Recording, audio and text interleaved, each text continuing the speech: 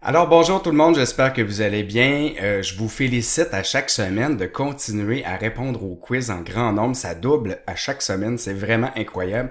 Je suis surpris du succès là, mais je vous félicite de continuer à tenir bon à coup de 5 minutes par semaine et de faire ressortir le héros en vous.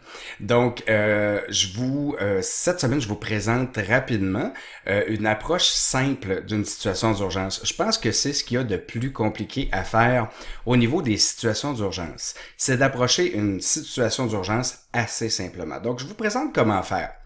Quand on a à approcher une urgence, on va fonctionner avec l'ABCD. Ça, c'est un aide mémoire pour pouvoir se rappeler des points suivants. OK. Dans un premier temps, l'environnement. Est-ce que l'environnement est sécuritaire pour moi et pour la victime? C'est ici que je vais m'assurer que ma sécurité n'est pas compromise et que j'ai mis des gants. Si la personne, elle, la victime, est en danger et sa sécurité est en danger, je la sors de l'endroit. Je la retire de cet environnement-là pour être sûr qu'elle reste en vie. Dans le L aussi, il y a l'état de conscience. C'est ici que je vais faire du bruit pour m'assurer de voir si la personne, elle est consciente ou non. Je vais apostropher les secours d'urgence, quelqu'un idéalement pour appeler les secours médicaux d'urgence pour que moi je puisse assister la victime. Je vais vérifier l'air, ici 3 à 5 secondes. Et ici, la petite différence qui a changé dans les dernières années quand les gens refont leur cours, c'est qu'on dit on ne fait plus le bouche à bouche. En fait, on va faire le bouche à masque à partir de maintenant, si on a un masque. Sinon, on passe à la circulation sanguine. Et aussitôt que je réalise qu'une personne ne respire pas, je vais faire les compressions. Je prends même plus le pouls, j'assume qu'une personne qui ne respire pas, eh bien, son cœur est arrêté. Et bien évidemment, je vais m'assurer d'avoir de la défibrillation. Un défibrillateur cardiaque, désormais, c'est un outil pour tout le monde, que tout le monde peut utiliser pour sauver des vies. Il ne faut pas s'en priver.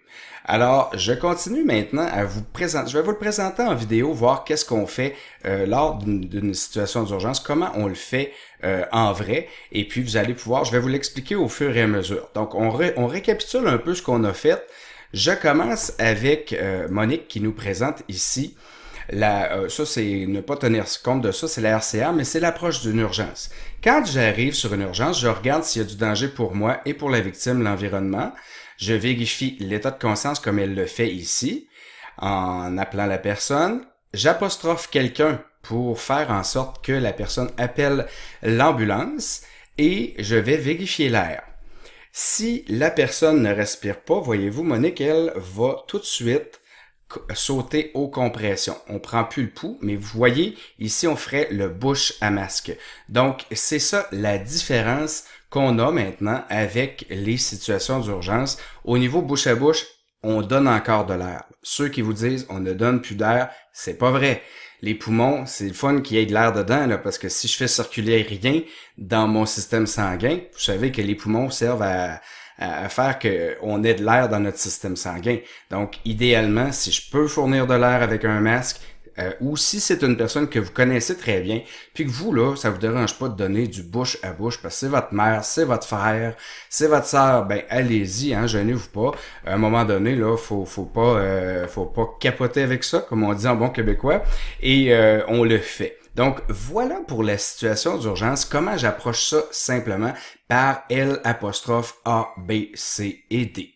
Donc, je saute tout de suite à la fin de notre capsule aujourd'hui qui vise à former plus de personnes dans un cours express en 2 jours. Le cours qui normalement serait de 2 jours, on le fait en 4 heures seulement. Et ça inclut tout ça, la formation, la certification de vos personnes extra qui sont supplémentaires à celles qui sont déjà subventionnées et le kit de formation qui inclut aussi le mannequin, les gaz, tout ce qui est nécessaire pour pratiquer avec nous.